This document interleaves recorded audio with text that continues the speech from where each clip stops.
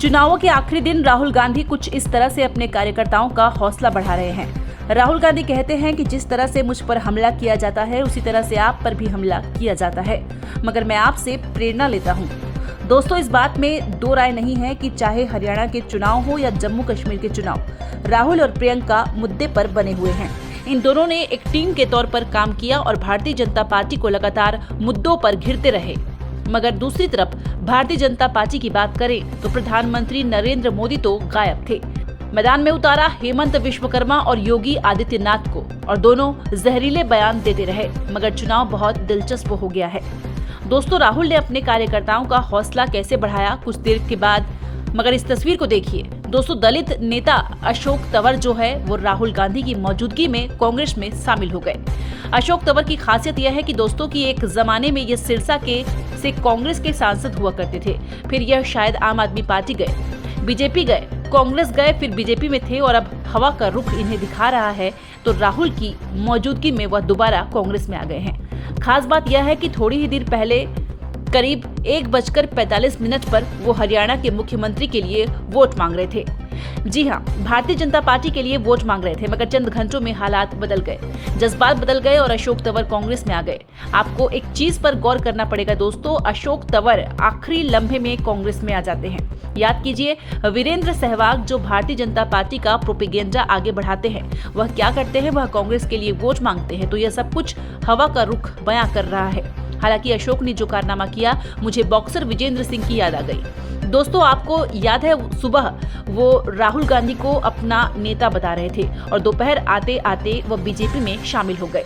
अशोक तंवर ने तो बॉक्सर विजेंद्र सिंह का भी रिकॉर्ड तोड़ दिया। यह तो राजनीति है जो अपने आप में शर्मनाक है दोस्तों, क्योंकि जनता को भोगना पड़ता है ऐसे पलटू नेताओं की वजह से। बहरहाल, जैसे मैंने कहा, राहुल गांधी और प्रियंका दोनों मुद्दे पर बने हुए हैं। राहुल गांधी ने इस आखिरी दिन अपने कार्यकर्ताओं का हौसला कैसे बढ़ाया, आप खुद सुनिए। बहनों, नफरत से देश कमजोर होता है, नफरत से दुख फैलता है, डर फैलता है। मोहब्बत ही नफरत की काट है, मोहब्बत से भाईचारा फैलता है, मोहब्बत से ही देश की प्रगति होती है। भाइयों और बहनों, आखिरी 3 बात आपको कहना चाहता हूं। सबसे पहले, लड़ाई कॉन्स्टिट्यूशन की है, संविधान की है, नफरत और मोहब्बत के बीच में लड़ाई है। हम मोहब्बत फैलाते हैं, वो नफरत फैलाते हैं। हम इसकी रक्षा करते हैं, संविधान की रक्षा करते हैं, अंबेडकर जी की संविधान की रक्षा करते हैं, वो इसे खत्म करते हैं। छोटी छोटी पार्टियां घूम रही हैं, ये बीजेपी की A, B, C, D, E, F teams हैं। इनको आप समर्थन मत दीजिए, कांग्रेस पार्टी को अपना वोट दीजिए और यहां बीजेपी की सरकार को हटाने का काम कीजिए। जैसे मैंने कहा दोस्तों, राहुल गांधी लगातार मुद्दे पर बने हुए हैं। वो हरियाणा की जनता को बता रहे हैं कि एक तरफ प्रधानमंत्री के परम मित्र हैं और दूसरी तरफ हरियाणा की जनता, जिसमें किसान भी है और महिला पहलवान भी। प्रधानमंत्री के पास किसानों और महिला पहलवानों के लिए वक्त नहीं है, मगर जो परम मित्र है और उनके बच्चों की शादी में भी जानते हैं, उनके कर्ज भी माफ करते हैं और ये सारी चीजें चलती है। राहुल ने कहा कि हमें और बीजेपी में एक बुनियादी फर्क है, क्योंकि बीजेपी अक्सर एजेंसीज का इस्तेमाल करके विपक्ष पर निशाना साधती है। बीजेपी मीडिया के सहारे विपक्ष के खिलाफ सुपारी अभियान चलाती है। सुनिए मीडिया और एजेंसी के बारे में राहुल ने क्या कहा। बीजेपी मीडिया पे दबाव डालते हैं, प्रेशर डालते हैं, मीडिया के लोगों को डराते हैं, संविधान पर आक्रमण करते हैं। संस्थाओं को देखिए, कांग्रेस की सरकार होती है, इलेक्शन कमीशन, एजेंसीज, इन सब में हम इंडिपेंडेंस चाहते हैं। हम चाहते हैं कि ये देश की एजेंसीज हों, देश की संस्थाएं हों, किसी एक पार्टी की संस्थाएं, किसी एक व्यक्ति की संस्थाएं ना हो। और जहां भी आप देखोगे, एजेंसीज में आरएसएस अपने लोग डालते हैं, बीजेपी अपने लोग डालते हैं। और जैसे मैंने कहा दोस्तों, राहुल ने स्पष्ट कर दिया कि अगर आप इस देश के 25 धन्ना सेठों में से हैं, तब तो प्रधानमंत्री आपकी सुनेंगे, मगर अगर आप किसान हैं, गरीब हैं, तो आपके लिए प्रधानमंत्री के पास कोई वक्त नहीं है। सुनिए राहुल प्रधानमंत्री नरेंद्र मोदी की कमजोर नफ्स पर कैसे प्रहार करते हैं, सुनिए उनकी बात। नरेंद्र मोदी जी ने ऐसा माहौल बना रखा है कि अगर आप 25 अरबपतियों में से हो तो हर रोज आपकी लॉटरी खुलेगी, बैंक के दरवाजे आपको खुले मिलेंगे, 16 लाख करोड़ रुपया का कर्जा माफ हो जाएगा। मगर अगर आप छोटा बिजनेस चलाते हो, अगर आप किसान हो, अगर आप मजदूर हो, बेरोजगार युवा हो, तो आपको जितनी मेहनत करनी है कर लो, उस मेहनत का आपको फल हरियाणा में नहीं मिल सकता। हरियाणा को दलाल चलाते हैं, हरियाणा को जो मेहनत करते हैं वो नहीं चलाते हैं राहुल जी। राहुल यह भी कहते हैं कि भारतीय जनता पार्टी जो है वह मजलूम के साथ नहीं है और इसकी ताजा मिसाल महिला पहलवानों का संघर्ष है। दोस्तों, यह मुद्दा जो है वह लगातार संवेदनशील होता जा रहा है हरियाणा के चुनाव में, क्योंकि इस पूरे आंदोलन का चेहरा विनेश फोगाट अब कांग्रेस में है। जी हां, और यह एक एक करके बीजेपी की पोल खोल रही है। और आज राहुल ने कहा कि भाजपा तो महिला पहलवानों के साथ नहीं थी, भाजपा थी तो बृजभूषण शरण सिंह के साथ। वह फर्क कैसे राहुल गांधी बताते हैं, आइए सुनते हैं। हमारे पहलवानों के साथ बीजेपी ने क्या किया?